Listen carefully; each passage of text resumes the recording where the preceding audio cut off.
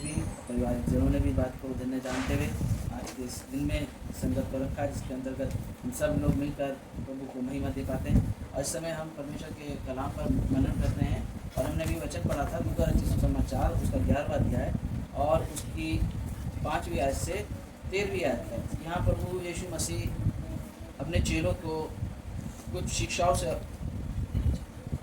भर रहे हैं और उन्होंने वो शिक्षाएं दी हैं प्रार्थना के विषय में।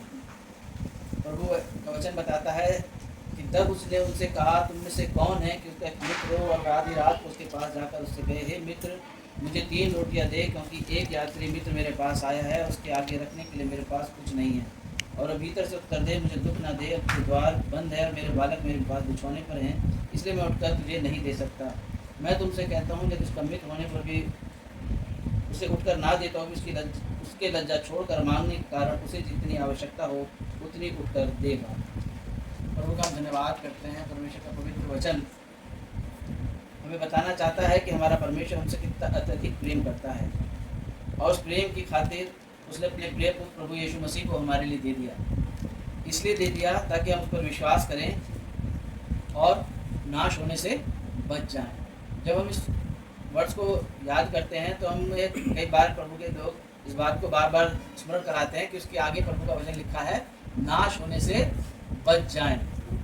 ये बड़ा ज़रूरी है कि इसे हमारे दिलो ज़हन आत्मा में ये बात बरकरार रहे कि अगर हमारा जीवन बचाया गया है तो सिर्फ और सिर्फ किसके कारण?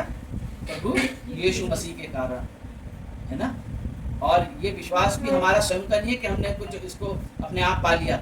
इसको भी प्रभु की देन है, प्रभु के प्रेम और अनुग्रह में हमने पाया है। और उस प्रेम में हमें बरकरार रखने के लिए प्रभु चाहता है कि हम उसके वचन की संगति में, उसके प्रेम में, उसकी आज्ञाओं में, उसकी शिक्षाओं में निरंतर बने रहें, है ना। ये प्रार्थना करने का कॉज जो है, अब बहुत सारे लोगों के जन्म दिवस होंगे, बहुत सारे लोग इसे सेलिब्रेशन को कर रहे होंगे, अलग अलग जगहों पे कर रहे होंगे, है ना। कोई किसी जगह किसी तरह से, कोई किसी तरह से, है ना, अपने जीवन को दुनियावी रीतियों के हिसाब से। और लेकिन प्रभु के लोगों के लिए क्या संदेश है कि उन्हें परमेश्वर का धन्यवाद करना है, उसकी महिमा करनी है, उसकी आज्ञाओं को स्मरण करना है। आज जब हम एक ऐसी उम्र के पड़ाव में आ जाते हैं जब से बच्चे, अब जो से हमारी अरेना गार्डनेस है, अब एक नए वर्ष में आ गई है, एक, है ना, आगे की ओर बढ़ती जा रही है, तो अब उसकी बुद्धि वो वाली बुद्धि नहीं रही जो बच्चों वाली बुद्धि थी, प्राइमरी सेक्शन वाली बुद्धि थी, प्राइमरी वाली बुद्धि थी, ऐसी नहीं रही, है ना। अब मैच्योर हो गई है, मैच्योरनेस आ गई है। अब उसे इस बात को स्मरण रखना है कि मेरे को जो प्रभु में मेरे माँ बाप ने शिक्षा दी है, उसको मुझे किस तरह से खुद आगे लेके चलना है ना। इसको मुझे जानना पड़ेगा। उसको जानने के लिए मुझे क्या करना पड़ेगा? प्रभु की संगति में आना पड़ेगा।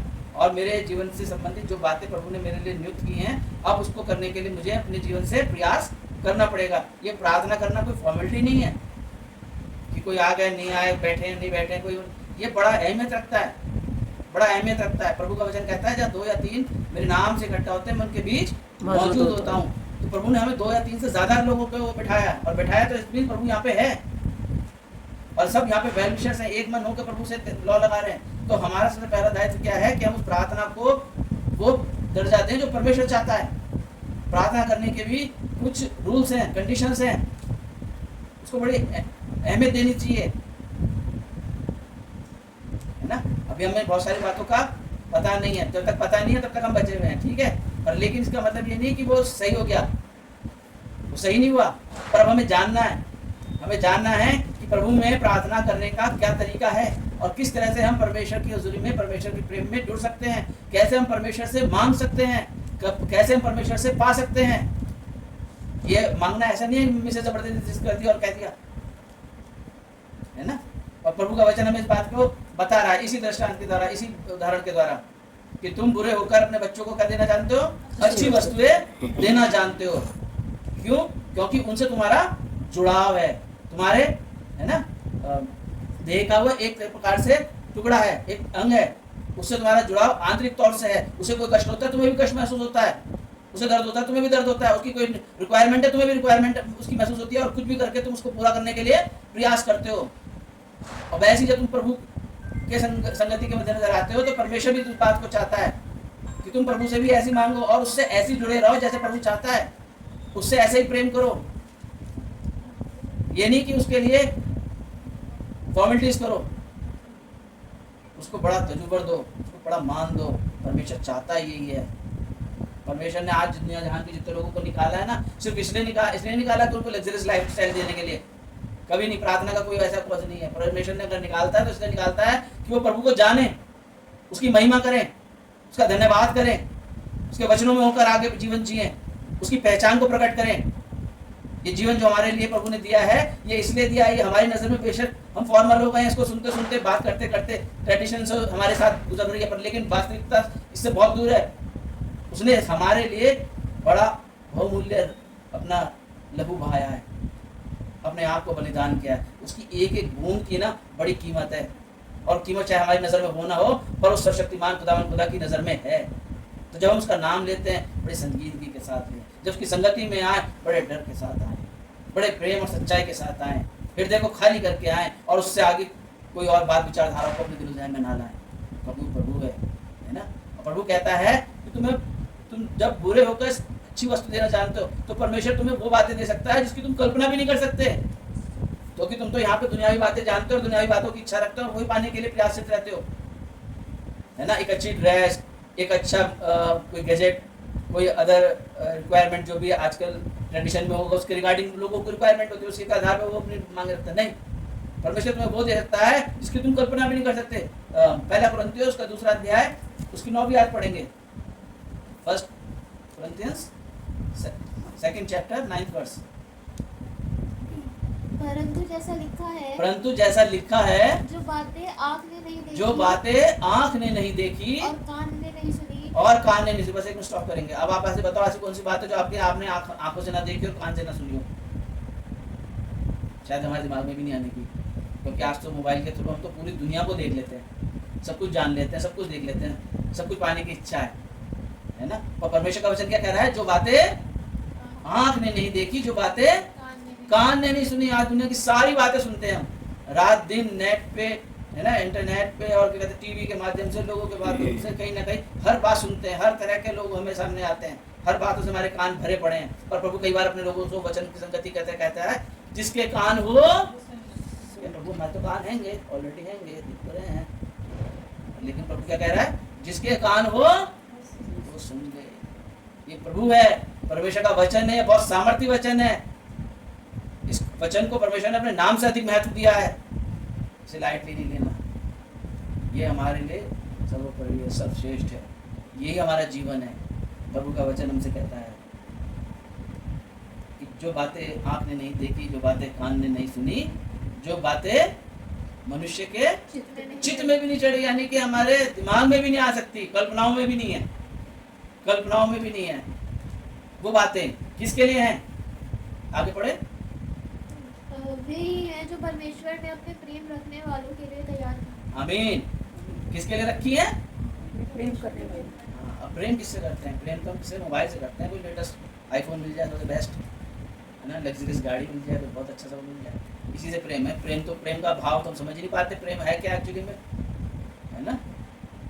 पर लेकिन कई बार हम एक ऐसी एज में आते हैं तो हम प्रेम का भी एहसास करते हैं, जब इंसान बेसुध हो जाता है ना, उसे कुछ और सुझाई नहीं देता। ऐसा प्रेम परमेश्वर हमसे करता है, और इतना प्रेम करता है कि उस प्रेम की खातिर उसने अपने आप को दे दिया, अपने प्राण दे दिए। है कोई हमसे इतना प्रेम करने वाला? हमसे बहुत लोग इस दावे को ठोकते हैं, अरे आप क्या बात करती, 1 मिनट में आ जाता, तो बोलता था, यूँ खर्चा कर देता है, यूँ आपकी हेल्प हो जाती, ये कर देता है। पर प्रेम, ऐसा प्रेम कोई कर सकता है? नहीं कर सकता। और जिस दिन हम इस प्रेम को जान लेंगे, इस प्रेम की महत्वता समझ लेंगे, उसको पाने के लिए प्रयासित हो जाएंगे, यकीनन परमेश्वर की ओर से आशीष का कारण हो जाएंगे। हालेलुया, आशीष का कारण हो जाएंगे। परमेश्वर ने लोगों को सिर्फ इसीलिए चुना है, बुलाए हुए तो बहुत सारे हैं, पर सिलेक्टेड क्यों हैं?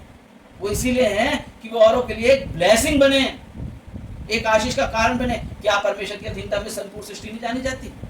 हर चीज उसकी अधीनता में है, वो सब कुछ करने में पूर्णतः सक्षम है। जब आप वचन को पढ़ते हो तो पूरा वचन इस बात से भरा पड़ा है, इस बात का बोध कराता है कि परमेश्वर सब कुछ करने में पूर्णतः सक्षम है, पूर्णतः सक्षम है।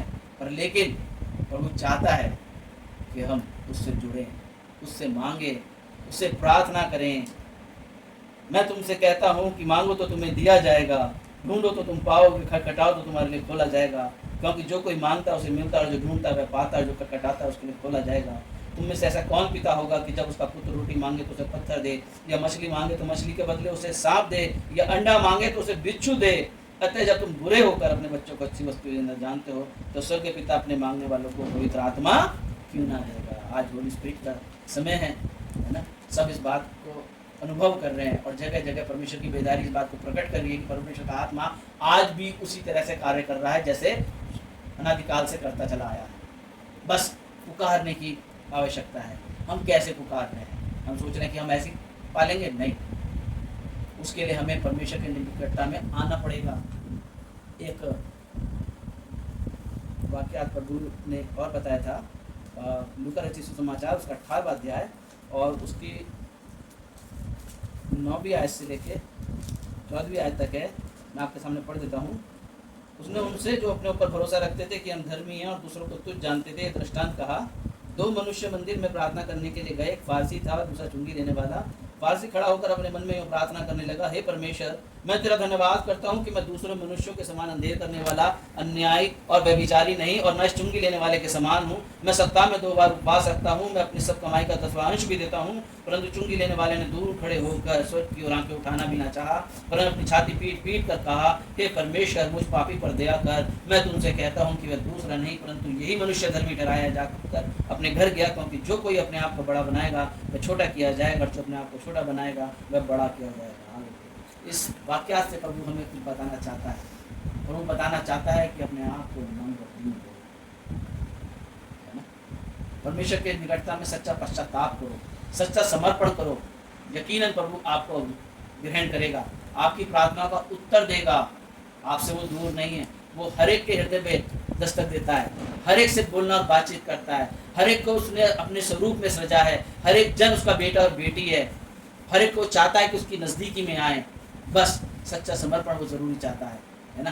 तो उसके नज़र में धर्मी और अधर्मी सबको वो एक समानांतर अपनी आशीष जो व्यवस्था के अनुसार ठहरा रखी है वो प्रतिदिन प्रदान करता है। पर लेकिन प्रभु उन लोगों को चाहता है जो सच्चा समर्पण कर परमेश्वर की ओर फिरते हैं, उसे स्वीकारते हैं।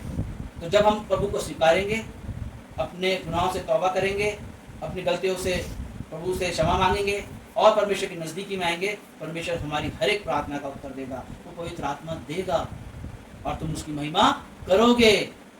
हम सब करेंगे, है ना। मैं स्वयं जब आज प्रभु के नाम को ले पाता हूँ, मैंने भी प्रभु को नहीं जाना, नहीं इस बात को नहीं समझा, चाहे बेशक कितने पीढ़ियों से प्रभु के प्रेम में अपने आप को मैं जीता रहा हूँ, पर लेकिन उस बात की गंभीरता को मैं नहीं समझा। पर लेकिन जब परमेश्वर ने अपनी दया को दर्शाया, एक ऐसा ट्रेमेंडस चेंजेस हमारे परिवार में हुआ, मेरे जीवन में हुआ, तो प्रभु ने इस वचन को पढ़ने का अनुग्रह बख्शा। और जब वचन पढ़ा तो मैंने जाना कि मैं कितना पापी हूँ और अभी तक परमेश्वर के प्रेम से कितना महरूम हूँ। और प्रभु ने अपने अनुग्रह के पास दृष्टि करी कि उसकी संगत की, उसकी पहचान में, उसकी दया में बढ़ पाऊँ। अभी भी मैं रोज़ सीखता हूँ, बढ़ता हूँ और बहुत सारी बातें फेस करता हूँ, पर लेकिन प्रभु का धन्यवाद करता हूँ कि परमेश्वर सब बातों में जयवंत है और उसी के विश्वास के मद्देनजर हमें सबको वो जयवंत करेगा। पहला यूहन्ना उसका 4वां अध्याय और उसकी 4वीं आयत के अंदर लिखा है, जो तुम में है वो उससे बड़ा है जो संसार में है ना। जो संसार में कितना ही पावरफुल, कितना कुछ क्यों ना हो, पर लेकिन जो तुम्हारे हृदय में बसता है, जिससे तुम प्रेम रखते हो, जो तुम्हें ब्लेसिंग दे सकता है, वो उससे बड़ा है। तो उस पर संपूर्ण रीति से विश्वास रखो, उससे प्रेम रखो। यूहन्ना 14 में लिखा है, अगर तुम उससे प्रेम रखते हो तो उसकी आज्ञाओं को मानोगे। पर हमें पहले उसकी आज्ञा जाननी पड़ेगी। हमें जानेंगे ही नहीं तो मानेंगे कैसे, है ना। एग्जाम तो तभी देंगे ना जब हम पढ़ेंगे, जब पढ़ेंगे ही नहीं तो फिर कैसे एग्जाम देंगे, यही लिखा है ना। तो इसलिए हमें प्रभु की आज्ञा को जानना जरूरी है, उसकी शिक्षाओं को जानना जरूरी है, उसके दिशा निर्देश जो हमारे लिए उसने ठहराए हैं उसे जानना जरूरी है। और वो कैसे जानेंगे हम? जब प्रभु से लौ लगाएंगे, उसकी संगति में आएंगे, सच्चा समर्पण करेंगे, उसके वचन को प्राथमिकता देंगे। ये प्रार्थना बहुत ही गंभीरता का विषय है और ये हम सबको प्रभु ने प्रदान किया है, पर इसके कुछ रूल्स हैं, तरीके हैं जो प्रभु चाहता है कि हम उसे फॉलो अप करें। और वो सबसे पहले स्टार्ट कहाँ से होता है? हृदय से होता है, सच्चे हृदय से, है ना। यकीन मानना परमेश्वर हमारी तमाम प्रार्थनाओं का उत्तर देगा, हमें आशीषित करेगा। इन वचनों के द्वारा प्रभु हम सबको आशीषित करे। आइए हम प्रार्थना करें।